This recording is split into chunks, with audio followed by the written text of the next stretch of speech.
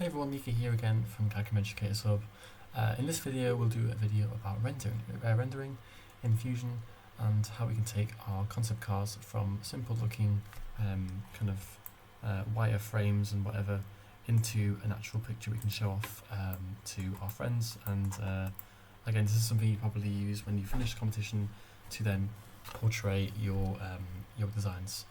What we don't want to see as judges and people who are running the competition is just screenshots from your design workspace, because rendering is really easy in Fusion and it doesn't take much time and it looks a lot better. So let's go into the render environment. All you have to do is go on the top left and click on the render workspace. As you can see, it looks better already. It looks you can see the kind of reflection of the light here, and this is from the environment I've picked. I picked the grid light environment. And where do you find this? Well, you find this in scene settings. You can select from either an environment or a solid color. Solid colors are great, but I prefer the environments. You can choose actual outdoor libraries as well, which is pretty awesome. But I prefer for automotive stuff like this, I prefer using something like the grid light or the warm light. So let's use this for now. So what options do we have?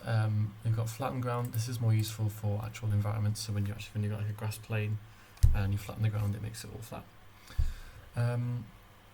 In terms of focal length, you can change that, but obviously if it goes to extreme, it looks a bit strange. So I will keep it on 37 for now. Perspective, so you can change that too. Orthographic obviously means there's no depth on your picture, so that's not great for this purpose. Exposure, I would keep that the same, otherwise it looks silly. Depth of field, I've clicked it on, but you can also turn it off. I like having depth of field because it adds a focus to your model. I wouldn't add any blur, but you can if you want to. Other than that, let's press close. If you want to change your appearance of your concept car, I would go here or press A. You can click from a wide variety of materials, metals, emissive objects. So I've turned my lights into emissive objects here. So in the render it will shine a little bit at least. And if you actually, just to go over that, if I wanted to make it a bit brighter, I could edit it here and change the luminance to be even higher. So now I can press close.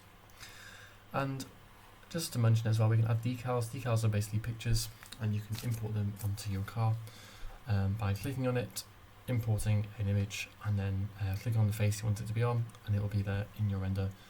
I don't need to put one on for my one, but yeah, that option is there too. In terms of rendering itself, you can do an in-canvas render, which means you do it locally, and that's great if you want to just visualize what you've done, kind of what you set up. So I'll do one now. And I'll just simply click in-canvas render, and it will begin the process of doing that. Now whilst that's rendering, I want to mention that you can do some really cool renders. I wouldn't say that the rendering here is bad, it's great.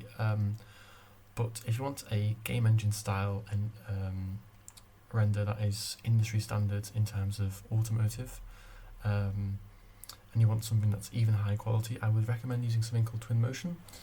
That's what I've been using for a lot of my renders, not only in concept cars but in other projects too, and it's free to use. It's been made by Epic Games, so I would personally, I might do a video on it as well at some point.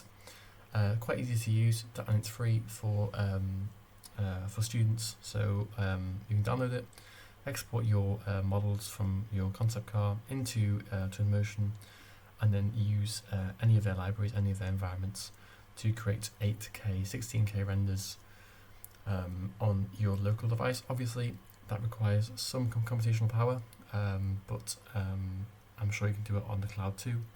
But yeah, I'll do a video on that as well.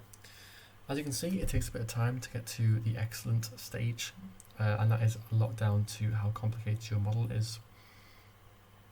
So I'll let it stop there. And in this case, we can also do a cloud render. I won't do it because I've got a full license, so I've got to pay for my cloud credits. You can't. You can use as many as you want. So If you want a high quality render, click on here and run a render, and it will spit it back to you in minutes.